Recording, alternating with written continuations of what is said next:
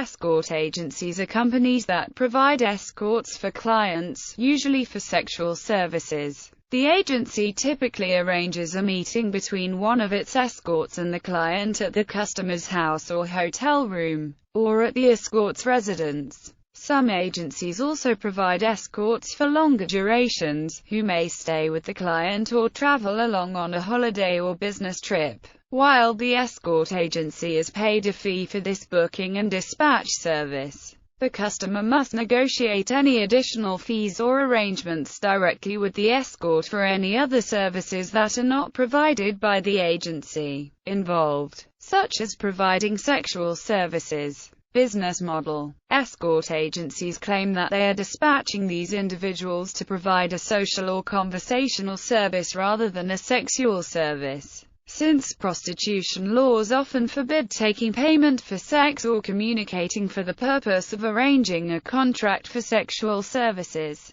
advertisements for escort agencies often carefully skirt the legal line, and avoid specifically offering prostitution or sexual services. This fact in turn is well known to police and the political powers, who, where prostitution is illegal, usually prefer to act against more visible and problematic street prostitution. This has been criticized as hypocrisy, especially where governments license and tax the escort agencies. However, there almost certainly do exist agencies that do go by these laws and do not facilitate prostitution. Some countries have used a two-pronged approach of criminalizing street prostitution but permitting or licensing prostitution in brothels or via escort agencies. Recruiting. Escort agencies often recruit individuals to work as escorts by placing employment advertisements in a magazine or newspaper. Escort agencies typically maintain a list of escorts of different ages and appearances to cater to the varying interests of clients. Some agencies may specifically deal in a certain type of escort.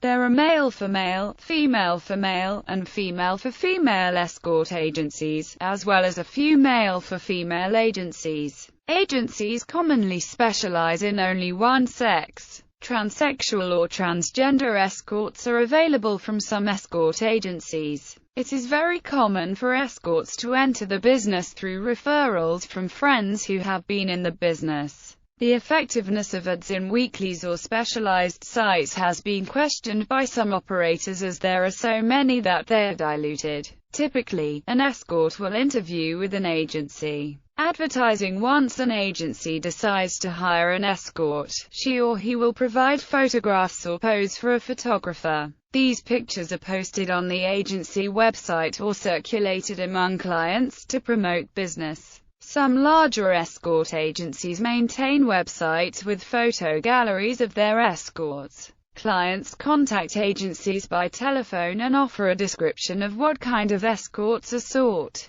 The agency will then suggest an escort who might fit that client's need. The agency collects the client's contact information and calls the escort. Usually, to protect the identity of the escort and ensure effective communication with the client, the agency arranges the appointment. Sometimes, it may be up to the escort to contact the client directly to make arrangements for the location and time of an appointment. Generally, the escort is also expected to call the agency upon arrival at the location and upon leaving, to ensure the safety of the escort.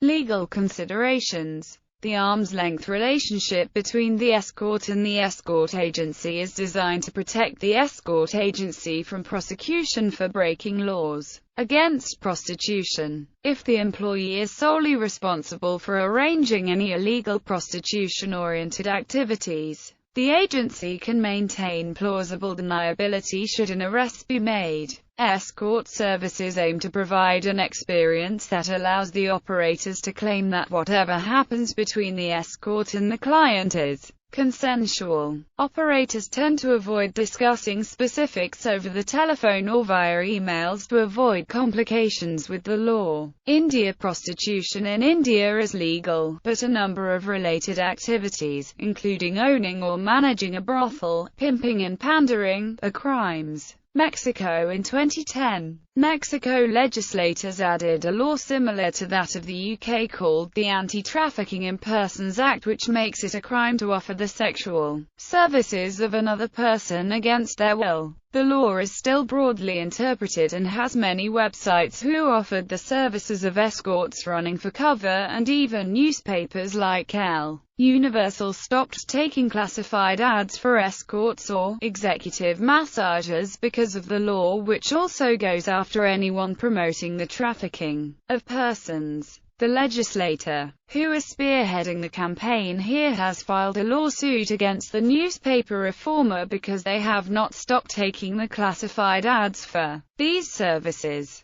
but have instead put in place a mandatory presentation of official identification of the person placing the ad and the signing of a waiver stating that they are placing the ad on their own behalf and releasing the newspaper from anything that may come from the services offered. Most recently, the legislature in Mexico has modified the law to close some loopholes or gray areas and, unlike the United States, zooming in on their end user or client. The new law now encompasses penalties of 7 to 9 years in prison for contracting an escort, 7 to 9 years in prison for transporting an escort to her appointment, and now the most broad edition, like in the United States, facilitation of any person, persons or company that promotes or services of an escort, whether a newspaper, internet ad or website, is subject to 9 to 11 years in prison, which grows to a maximum of 23 years if the offending person is a public servant of any kind. United Kingdom escort prostitution is one of the forms that the sex trade takes in the United Kingdom, along with prostitution practiced in massage parlors, saunas, private flats and street prostitution. Working as an outcall escort is not an offense, and neither is working as a prostitute in private. It is, however, a criminal offense to pay for services of a prostitute who is controlled for gain if any third party uses force, threat or any other form of coercion. In 2015, the HMRC set up a dedicated adult entertainment task force to collect unpaid income tax from, among others, online escort agencies. Financial considerations. The amount of money that is made by an escort varies with many factors, such as sexual attractiveness, competition from legal and illegal sources, and the commissions to be paid to the agency. Typically, an agency will charge their escorts either a flat fee for each client connection or a percentage of the pre-arranged rate. According to police in Calgary, Alberta, Canada, the high fees charged by escort agencies may make escorting less lucrative than street prostitution, especially as agencies often also deduct the license fees directly from the earnings. Independent escorts may have differing fees depending on the season, or whether the client is a regular or semi-regular customer. Independent escorts may tend to see clients for extended meetings involving dinner or social activities, whereas agency escorts tend to be split into two categories. Cheaper services, especially if mainly based around in-call appointments, often only provide sexual services, while agencies that provide mainly out-call appointments tend to offer services similar to that of independent escorts. In New York City, escort services charge anywhere from $200 to $1,500 or more per hour. The industry standard for dividing the money is 50% to the escort, 40% to the agency, and 10% to the booker. Given the level of business can vary week to week, it is not uncommon for escorts to be featured by more than one agency, provided they are operated by the same ownership group.